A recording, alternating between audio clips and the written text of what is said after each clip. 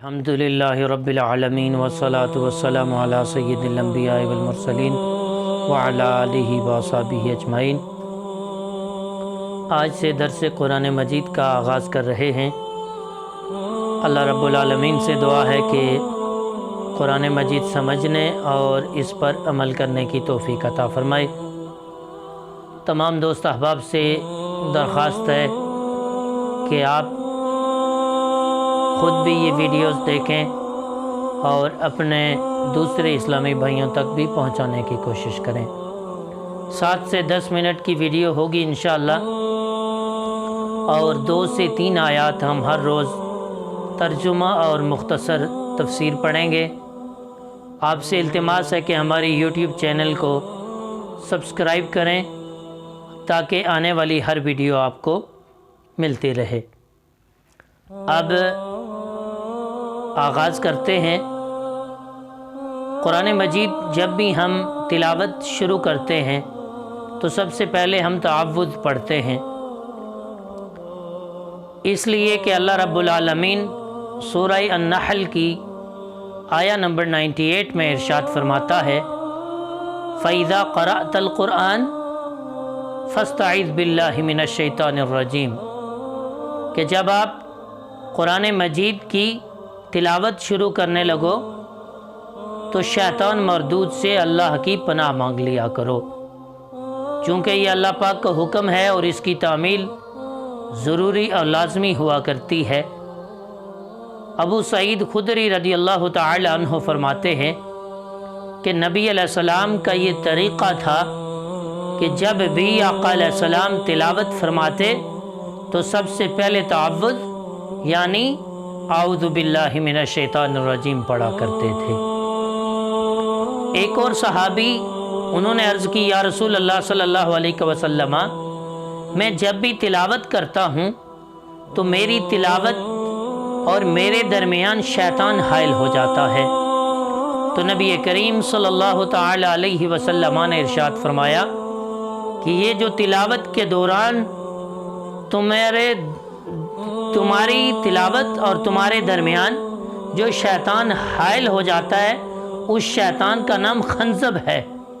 جب تم اسے محسوس کرو تو تعوذ یعنی اعوذ باللہ من الشیطان الرجیم پڑھا کرو اور اپنے بائیں جانب 3 مرتبہ تھوک دیا کرو، اللہ رب العالمین تمہیں اپنی پناہ عطا فرما دے گا۔ چونکہ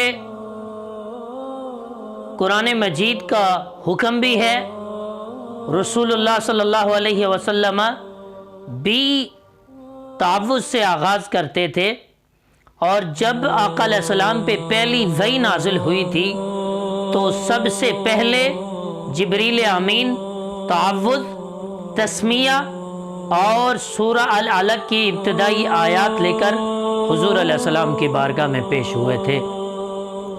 آئیے اس کے معنی کی طرف آتے ہیں۔ اعوذ میں پناہ چاہتا ہوں، باللہ اللہ کی، من الشیطان شیطان سے، الرجیم جو کہ مردود ہے۔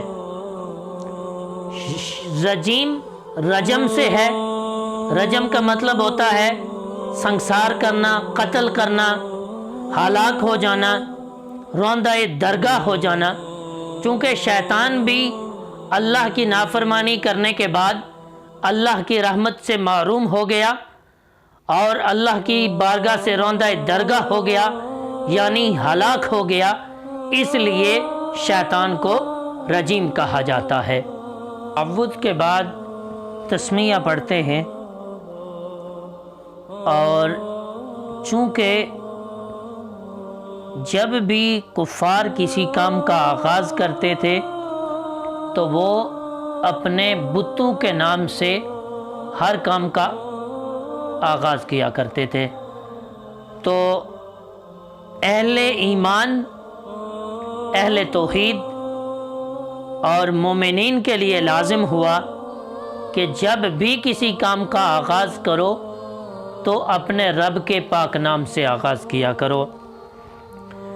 رسول اللہ صلی اللہ تعالی علیہ وسلم نے ارشاد فرمایا کہ جب دروازہ بند کرو تو بسم اللہ پڑھو، چراغ کو گل کرو تو بسم اللہ پڑھو، برتن کو ڈھانپو تو بسم اللہ پڑھو، مشک کا منہ بند کرو تو بسم اللہ پڑھو۔ اور سیدہ عائشہ سلام اللہ علیہا فرماتی ہیں کہ نبی کریم صلی اللہ تعالی علیہ وسلم جب بھی وضو کیا کرتے تھے تو پہلے بسم اللہ الرحمن الرحیم پڑھا کرتے تھے۔ الغرض ہر کام سے پہلے اللہ رب العالمین کا نام لیا جائے۔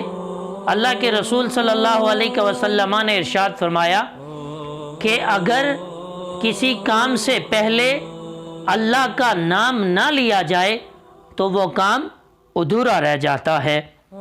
تو چونکہ ہر کام سے پہلے ضروری اور لازمی ہے اللہ پاک کا نام لینا، اور یہ انسان بار بار اللہ کا نام کس لیے لیتا ہے؟ کیونکہ انسان اپنے رب سے بہت زیادہ پیار کرتا ہے۔ اس کی بڑی ہی برکات ہیں۔ جنت کی جو 4 نہریں ہیں وہ بھی بسم اللہ الرحمن الرحیم سے ہی جاری ہوتی ہیں۔ آقا علیہ السلام نے ملاحظہ فرمایا کہ جنت کی جو 4 نہریں، ایک پانی کی، دوسری دودھ کی، تیسری شراب کی، چوتھی شہد کی، یہ 4 نہریں بسم اللہ الرحمن الرحیم سے جاری ہوتی ہیں اور یہ حوض کوثر کی طرف جاتی ہیں۔ بسم اللہ کے میم سے پانی کی نہر جاری ہوتی ہے، ہاں سے دودھ کی نہر جاری ہوتی ہے، اور رحمان کے میم سے شراب کی نہر جاری ہوتی ہے، اور رحیم کے میم سے شہد کی نہر جاری ہوتی ہے۔ اور بسم اللہ کی بڑے ہی فیوز و برکات ہیں۔ ہمیں چاہیے کہ ہم جب بھی کسی اچھے کسی نیک کام کا آغاز کریں تو بسم اللہ الرحمن الرحیم سے کریں۔ اللہ کے نبی صلی اللہ تعالی علیہ وسلم نے ارشاد فرمایا کہ اگر کوئی شخص دعا کے آغاز میں بسم اللہ الرحمن الرحیم پڑھے تو اللہ رب العالمین اس کی دعا کو رد نہیں فرماتا۔